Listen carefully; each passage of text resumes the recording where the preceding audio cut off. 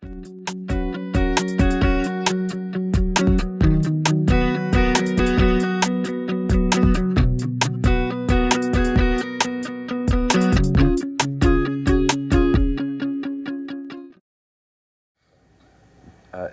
want to add to this because this was a topic that you and I have discussed, and it just clicked. One of the things is that we're ignoring the selection process of the fair, the art fair itself. In quite a lot of times, us as galleries, we are not in a position in which we can show whatever the hell we want to. We actually have to go through a vetting process and make plans and show to Art Basel, this is what we want to show this year. Or to go to the armory and go, yeah, this is the collection of work. We don't have a carte blanche. We have to go through this. And I think half of the problem is the fact that the art fair itself has an agenda of, and also that it looks at attendance as a very important level. It's not usually just the collector that's the audience. It's the general audience that is ticket sales, which is sensational works, which are, you know, bells and whistles and things covered in glittery stuff. So I think that's a primary component that we shouldn't forget about, that galleries are not that autonomous in this process. Agreed. Maybe part of the responsibility is with the organizers of the art fair to demand a certain quality or level of work. But at the end, you know, their clients are the galleries, so they have to serve their business. I'll then jump to your question about modern art versus contemporary art, and this is completely my opinion. You know, may sound a little bit strange, but I don't even understand why modern and contemporary art is put together in auction sales. I think they are very different things. I think we understand modern art. We have resolved that it is what it is. Contemporary art is not like that. Contemporary art, we are still thinking about it. Being engaged with contemporary art requires a much different way of thinking. Modern art, you know, we know what the good works are. It's a matter of, you know, can we afford them when we go to the auction? Or is there somebody else who, you know, has a bigger interest in it? You know, contemporary art allows us to explore ideas that we didn't even know existed. A lot of the works that I look at, I don't understand, and I think that makes it a better work. If I can look at it and read it right away, it means that the artist is at my level, and in my opinion, that's not good enough. You know, they have to push me, and they have to be ahead of my thinking for it to be relevant today, for it to be relevant in 20 years. So, in my opinion, you know, contemporary art collecting is a different beast from collecting anything else.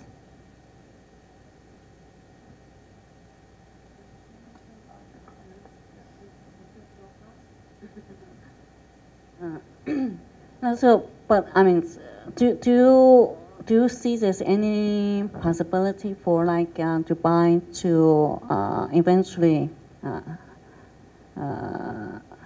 develop into another contemporary arts center, like for like New York, Berlin, Milano, or Shanghai? Well, I mean, from my point of view, I think the far Dubai can go would be if actually can be as a marketplace. I don't think Dubai can, the nature of Dubai can be a powerhouse like Tehran, Istanbul, or like any like major cities with the energies, the vibrant energy that creating arts, because I mean, in terms of like, for example, education, in there is no art school in Dubai. I mean, there is no drama school teaching. I mean, you know what I mean? Like in terms of, so I think that the best they can do is just be in like a tax-free port, marketplace, in one of the most traveled part of the world, being a safe corner for people to come and trade. I mean, basically, meeting ideas, but I don't think, I mean, it's not in New York scale or in any other major cities scale. I mean, at some point it can be like, I mean, if they be very successful, they may can model Hong Kong, like Hong Kong model, in a sense of like being an auction place, art fair place. I mean, kind of like, but then not in terms of production or like creative backgrounds. It's more like about, and also like Dubai market still has its own, like, I mean, like anywhere else, but it's very, it has a certain market that it's not a diverse market. It's very much like in sense of like in art fairs, I was observing like, instead of like asking who's the artist, what's the background, and what is exactly saying, just like, who is it, how much is it? It's just like kind of like in terms of like almost like very much a solid product that's not as a cultural product or like, so I think it can develop as a more diverse marketplace, but I don't think it can be like a creative powerhouse anytime soon, at least in my lifetime, I guess. It's pretty pessimistic. Well, I mean, how about Istanbul? Because, you know, lots of immigrants moving out of Turkey, you know, especially to Europe, for instance. So just like overseas Chinese, mainland Chinese, they make themselves overseas, and now they started to come back to invest money. And some, of course, are in business, but the others are in arts. Do you see this happening? Eventually, the overseas Turkish will come back to invest in Istanbul, not only for business, but also in art business. Absolutely. It's actually happening. Most of my generation who has left Turkey is actually back already. They've been back for 8-10 years, and they've made a contribution, I think. And the reality is that the tides have turned. Now, non-Turkish people are coming to Istanbul, and not to do business necessarily. It's the creative people who are choosing to live in Istanbul. And that's, for me, the most promising sign of that city. It's like Berlin.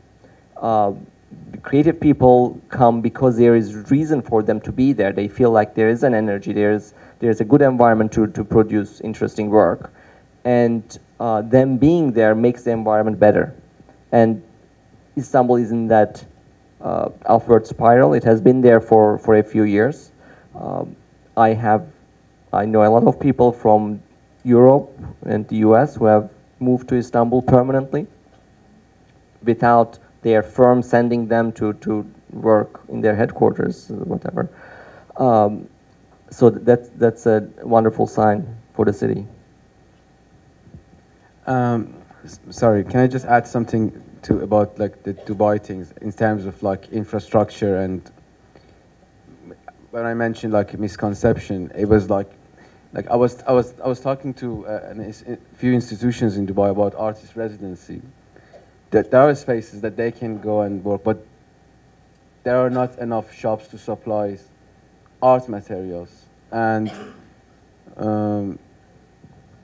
this is like, I mean, like infrastructure-wise, I don't think any city, I mean, there should be an art shop, at least one art shop in each city or each major capital art.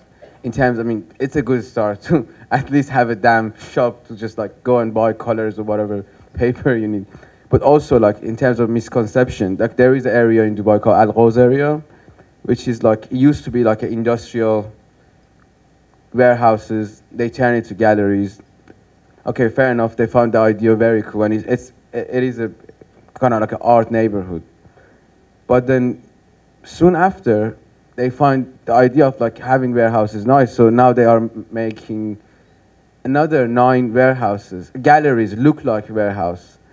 So like misconception of like why actually someone wanna presenting in the warehouse is like being like it's not expensive, it's affordable, the space is massive, and it's like you converting something to something else that makes it exciting, and then just building 9 galleries look like a warehouse is just like the misconception of.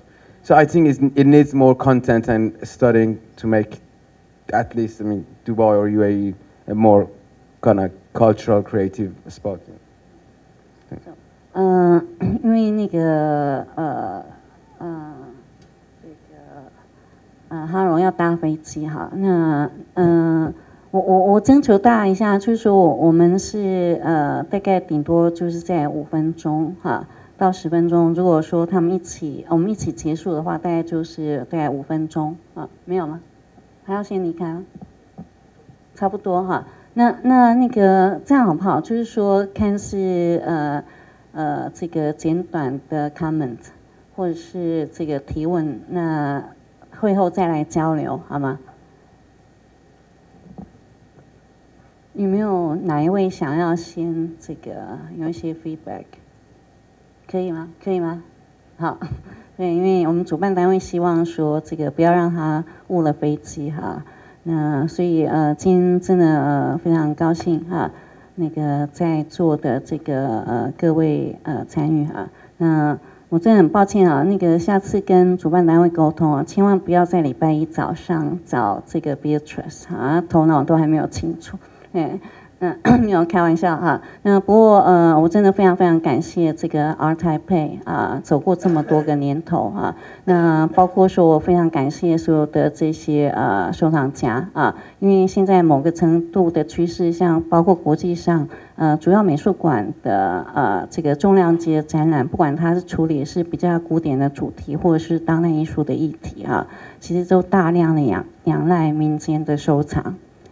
所以其实这个我们要肯定这个藏家的这个视野和勇气但是我们一样的这个更要肯定愿意透过 Art Fair 让大家可以看到这么多这个多元还有这个经过很多考验之下产生了这些这个艺术的选择那所以我其实我没有像这个Arash那么悲观我相信每一个地方到最后，因为它各自的不可替代性，它一定会是不可或缺的存在了只是说我们最后每个阶段性的 positioning 是什么而已。那我非常希望多看到阿拉伯世界的，或者说像这个土耳其这么特殊的这个地理处境其实土耳其跟台湾也非常像我们位在不一样的这个文化区。